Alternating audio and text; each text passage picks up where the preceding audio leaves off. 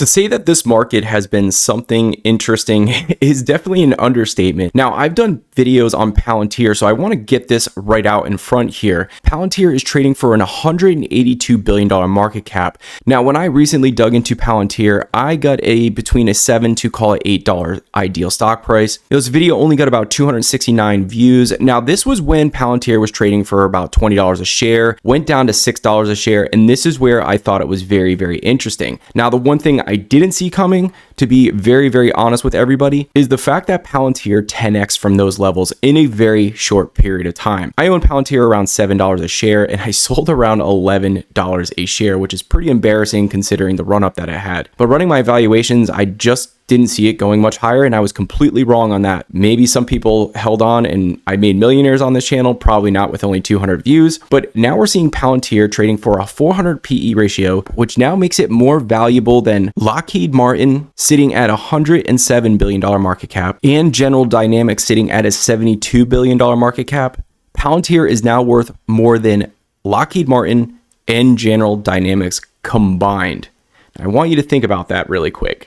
A company that's doing about 4 to 5 billion in revenue is worth more than two companies combined that could push over $150 billion in revenue. Now, I understand it's AI, I understand the hype, I understand all the things that come with it, but don't you think our defense system is going to be using AI at a higher capability than almost any other sector? And these are the opportunities that I'm personally seeing. Now, I did a video on Raytheon Technology last year as well, along with Palantir. And oddly enough, a year ago, Raytheon Technology brought in 2.7 thousand views. For me, that's a substantial amount of views on this channel. And I noticed between 68 to about $70 a share, this was a good opportunity. As you guys can see in this video, the stock popped 4%, and we had an ideal stock price sitting around $68 a share. So you were able to accumulate those shares at those levels, and you were getting over a 3% dividend as of the recording of this video. From those levels, Raytheon Technology is now trading at nearly $130 a share, and obviously you would have done extremely well when you reinvest those dividends. And if you would have bought a year ago around $68 a share, over doubling your money. Now, I'm not 10xing like Palantir,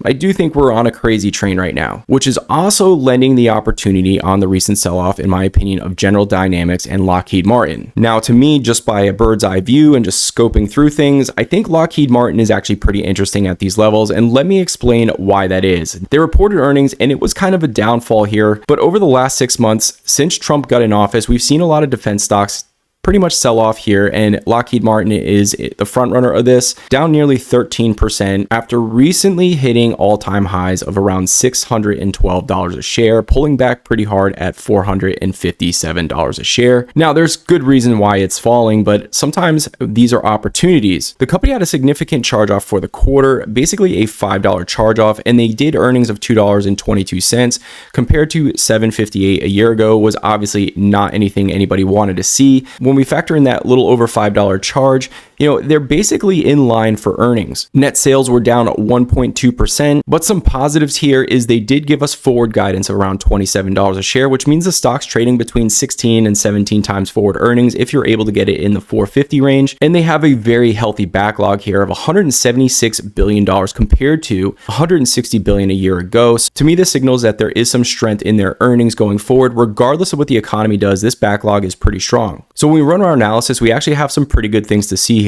That they're guiding for 73.75 billion to roughly 74.75 billion. So that is some top line growth. They're giving us an adjusted earnings basis of 27 to about 27.30. As I stated, that should give us around a 16.5 to a 17 multiple on a forward basis when we look at where stock price is trading in the 450 range. Now, another reason why they're selling down is that this is a few percentage points below where the street was.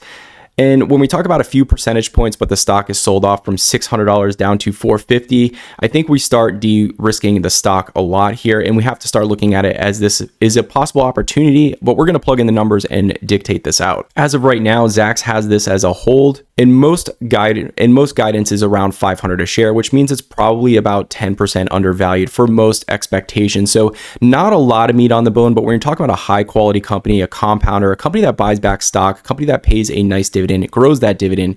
Now they've been growing that dividend for 22 plus years. They've been paying that dividend for 29 years, and they buy back stock like crazy. So they return capital multiple ways to the shareholders. And we can see that in their balance sheet here, that the shares are decreasing, which means that we realize more of those earnings. Now I'm erring on caution here. I'm saying that they're going to grow revenue around 2% for the next couple of years, that it's going to be a tough year. Maybe the government is going to make those cuts that everybody's fearing, and I want to factor that in. But this is a company that normally grows between 5 and 6%. So from there on out, I'm actually going to grow it at 4%, being a little bit conservative.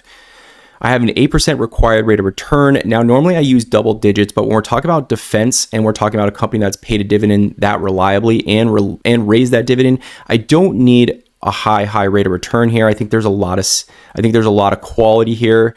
And so when we talk about a 2.5 to possibly 3% dividend compounder, then we're getting an 11% compounded rate of return in the portfolio with a company like this. And I'm also erring on caution with revenue growth. So if they exceed revenue growth rates, which I do think they can do, I think they can achieve 5 to 6% revenue growth rates from years 3 through 10 out. The first couple years here with a new president could be a little ugly though.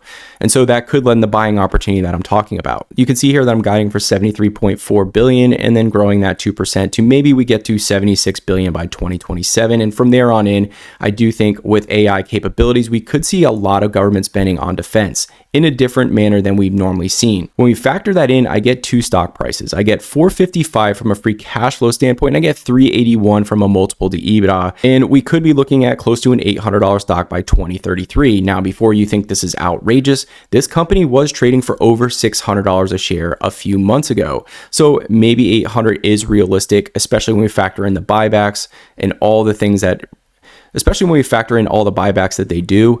They could even get more aggressive on the buybacks, which is going to increase earnings higher. So this is definitely feasible, I think, around $800 share in 2033. For us to get that compounded rate of return, we're looking at buying at 381. But when we average the two out is where we're going to get our ideal stock price. When we talk about more mature companies, I tend to lean on the free cash flow metric more than the multiple to EBITDA. We take that 455 and we add that 381 into the equation and we divide it by 2. And basically, I'm looking between 400 to about 420 on the stock as an ideal entry point. And when we look at the shorter term charts here, we can see that it is in a downtrend. So maybe we don't want to fight this downtrend right now. Maybe we want to see things settle out. But when we pull up a 5-year chart, there is something pretty unique about this. It is a nice steady uptrend coming here. And so basically on your 1 year to 6 month chart, you see a bearish sell-off on Lockheed Martin. But on the longer term charts, the 5 and the 10-year charts, it is a steady incline in the stock price. We had that nice spike up and we're getting that mean reversion right now. And so maybe it does find some settling here around 411 as we've seen. This is not a meme stock. I think this is something you can own with confidence for a very long time. As always, guys, this is just my analysis and we'll see you all in the next one.